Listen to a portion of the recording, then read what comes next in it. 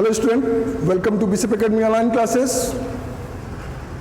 This video part 2 of admission of a new partners is continue.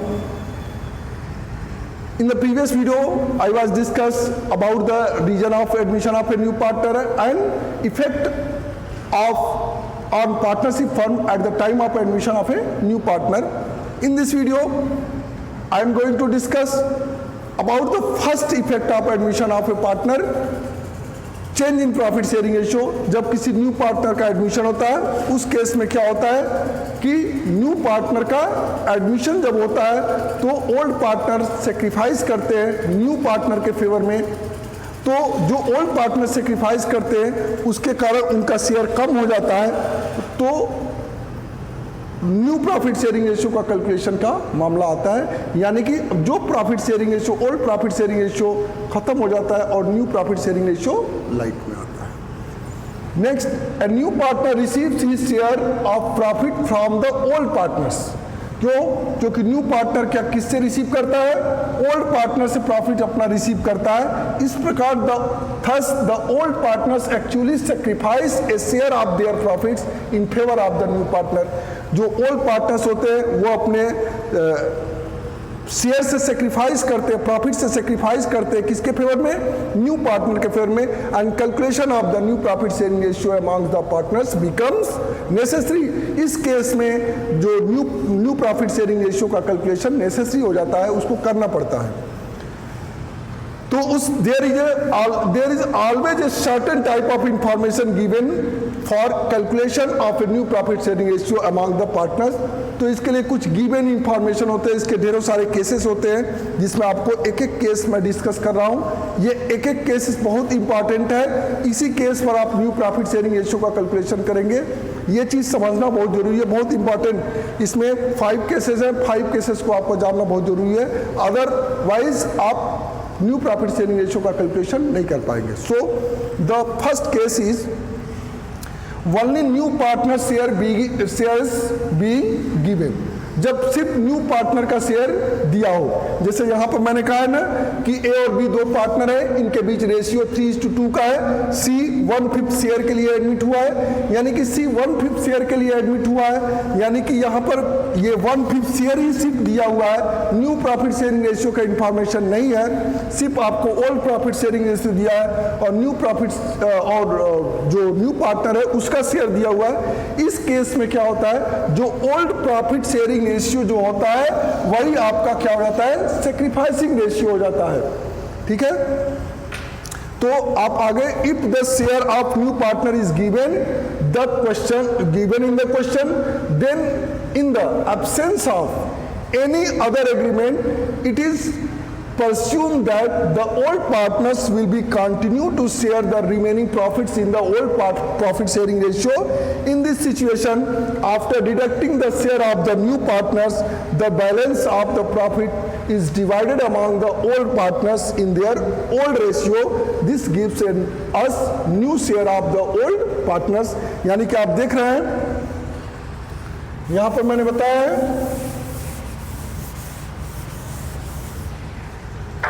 कि यहां पर suppose करिए ए और बी दो पार्टनर है, इनके बीच रेशियो 3:2 का है और सी न्यू पार्टनर एडमिट हुआ है, इसका शेयर है 1/5 शेयर के लिए एडमिट हुआ है.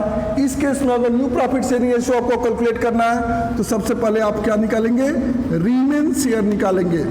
रीमेन शेयर निकालेंगे और वो निकालेंगे आप टोटल प्रॉफिट में से. आप न्यू पार्टनर का जो 1/5 शेयर है ये माइनस कर देंगे, आपका आएगा 4/5.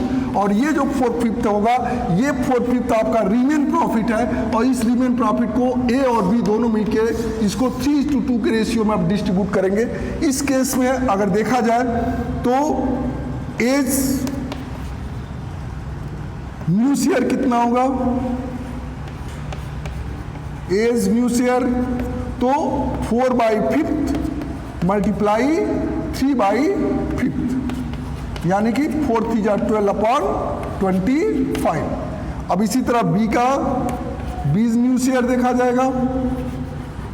20 न्यू शेयर अगर देखेंगे तो इसका भी आप कैलकुलेट करेंगे, रिमेन शेयर मल्टीप्लाई 2/5 यानी कि आपका हो गया 8/25 और सी का शेयर ऑलरेडी 1/5 शेयर है तो 1/5 में आप ऊपर नीचे क्या करेंगे, इसका डिनोमिनेटर सेम करना पड़ेगा, तो ऊपर नीचे आप 5 से मल्टीप्लाई कर देंगे तो 5/25 हो गया, यानी कि आप देख रहे हैं 12/25, 8/25, 5/25, यानी कि इसके बीच जो रेशियो होगा 12:8:5 का रेशियो होगा, यही आपका क्या हो जाएगा, न्यू रेशियो।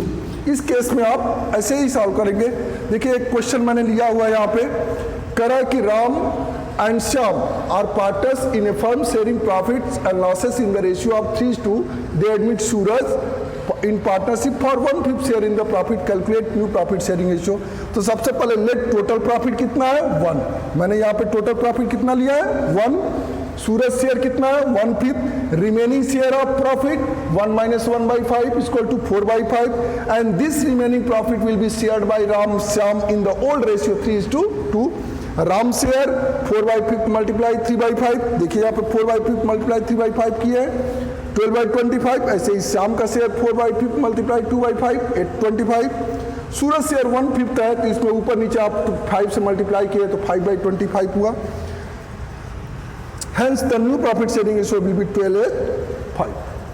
तो इस तरह से आप क्वेश्चन सॉल्व करेंगे। नेक्स्ट आपका केस सेकंड है। केस सेकंड कहता है कि when fixed proportion contribution by old partners for new partners, when new partner obtains his share from the old partners in a certain ratio, in new profit sharing ratio of the old partners will be calculated after deducting the sacrifice made by the old partners from their existing share of profit। यानी कि इस case में आपका जो old profit sharing ratio है, वो जो old partners है, ओल्ड पार्टनर्स एक पर्टिकुलर रेशियो में न्यू पार्टनर्स को अपना न्यू पार्टनर को शेयर देते हैं अपने प्रॉफिट्स का। तो इस केस के लिए मैंने एक एग्जांपल लिया जो आपका सीबीएसई बोर्ड 2016 में पूछा गया है। प्रॉब्लम्स है कि A B and C were partners in a firm sharing profits in the ratio of 3:1। They admitted D as a new partner for 1/8 share in the profit which he acquired 1/16 from B and 1/16 from C। अब इस case में देख रहे हैं कि जो 1/8 share के लिए जो एडमिट हुआ है पार्टनर, वो पार्टनर 1/8 का 1/16 B से ले रहा है, 1/16 C से ले रहा है। यानी कि इस केस में आपका क्या होगा कि वो सिर्फ B और C से ही ले रहा है, और B और C से लेने का मतलब ये हुआ कि सिर्फ B और C ही सेक्रीफाइस कर रहे हैं D के फेवर में, और B और C के शेयर में से ही आप माइनस करेंगे, और B और C इनका बीच का जो सेक्रीफाइसिंग रेशियो देखा जाएगा वो इक्वली होगा, क्योंकि दोनों 1/16 अपने शेयर से दे रहे हैं। तो आपको new profit sharing ratio calculate करना है। इसका सॉल्यूशन देखिए, एज न्यू शेयर कितना है 3/6, चूंकि ऑलरेडी उनके बीच 3:1 का रेशियो है।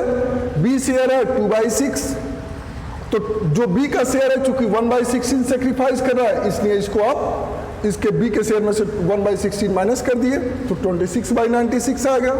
C न्यू शेयर 1/6 है, 1/6 चूंकि C भी 1/16 सेक्रीफाइस कर रहा है, तो इसका आप कैलकुलेट करेंगे तो 10/96। D शेयर 1/8 है, तो 1/8 को आप क्या करेंगे, इसको आप मल्टीप्लाई जब करेंगे तो आप 96 में आप करेंगे तो 12 से मल्टीप्लाई करना पड़ेगा। तो इस केस में आप जब इसको आप क्लियर करेंगे तो आपका आएगा 3/, ये आपका 3/6 आपका ए का शेयर है, क्योंकि ये कोई सेक्रीफाइस नहीं करा, इसमें कोई चेंजिंग नहीं होगी। 29/96, 10/96, 1/8।